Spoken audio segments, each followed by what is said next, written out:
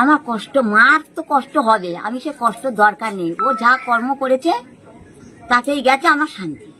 আমার কেউ যাওয়ার নেই, আমি যেতে পারবো না, মৃতদেহ আমি আনবো না। আমি তো বললাম আর আমরা দেখতে চাই না, একদম দেখতে চাই না। তোমরা ওখানে নিয়ে সেখানে দমে দেবে, কোথায় দেবে, ফেলে দেবে, দিয়ে যাবে, কেউ যাবে না। ও যে গেলে আমাদের কথা শুনিনি, বিশেষ করে মার কথা যদি না শুনি, নিজে নেশা ভাঙ করে, তা আমার অত আর কিচ্ছু বলার নেই। কেন এরকমই আমার বিয়ে পরেও আমি ওর নোংরামও দেখেছি, অনেক অত্যাচার করে আমি এখন সংসার করছি। তো এটা আমি মানে মেনেই নিয়েছি যে ও করেছে। আচ্ছা, তা এই যে পুলিশের গুলিতে মারা গেল, কিছু বলবেন?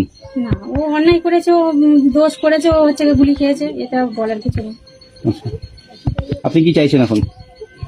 কি চাইছি বলতে যে ওখানে তো বাড়িপুরে আমাদের যেতে বলছে, যাবো। স্বামীর দেহ নেবেন? মেয়ে বলতে যদি রাজি, বাড়ির লোক সবাই রাজি হয় তো আনা হবে। আচ্ছা, আপনার কয় সন্তান?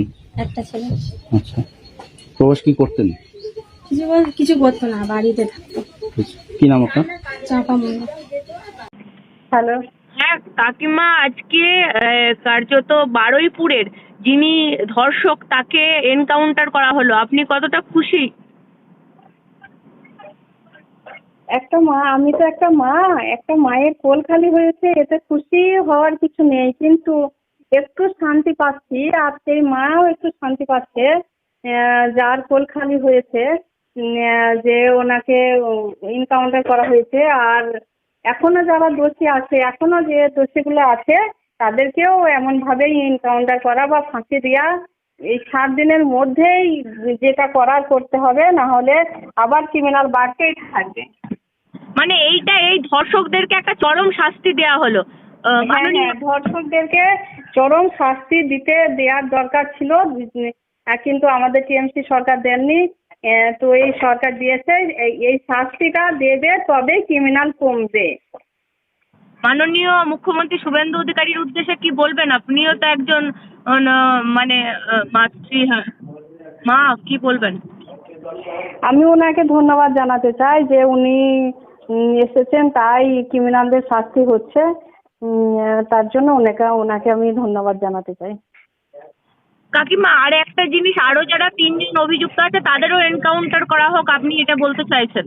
হ্যাঁ, আমি একদম এটাই বলতে চাইছি যে আরো 3 জন আছে, তাদেরকে এনকাউন্টার করা হোক, তাদেরকেও এনকাউন্টার কি ফাঁসি দেওয়া হোক, তবে ক্রিমিনালরা আর ভয়ে আর এমন কাজ করার সাহস পাবে না। অনেকে আবার বলছে কেন এখানে কি উত্তরপ্রদেশ, কেন এনকাউন্টার করা হলো, তাদের উদ্দেশ্যে কি বলবেন আপনি? যারা বলছেন তাদের কি মা বোন, তাদের কি কেউ নেই? যারা এমন কথা বলছেন তারা কি মায়ের জায়গাটা বুঝতে পারে না? মা বাবার জায়গাটা যে কতটা কষ্টদায়ক, একটা বাচ্চা হারানো, সেটা কি তারা বুঝতে পারে না? তো তাদের উদ্দেশ্যে বলবো যে প্লিজ আপনারা ভুলভাল কমেন্ট না করে যে একটা মায়ের জায়গায় এসে দেখুন, একটা মা বাবার কি পরিস্থিতি হচ্ছে সেই জায়গাটায় এসে দেখুন। তার মানে মুখ্যমন্ত্রী শুভেন্দু অধিকারী আইনের শাসন, আপনারা যেইটার জন্য আন্দোলন করছিলেন সেইটা এখন পশ্চিমবঙ্গে চালু করছেন, এটাই বলবেন? হ্যাঁ, একদম। দোষীদেরকে একদম উচিত শিক্ষা দিচ্ছেন। হ্যাঁ, একদম।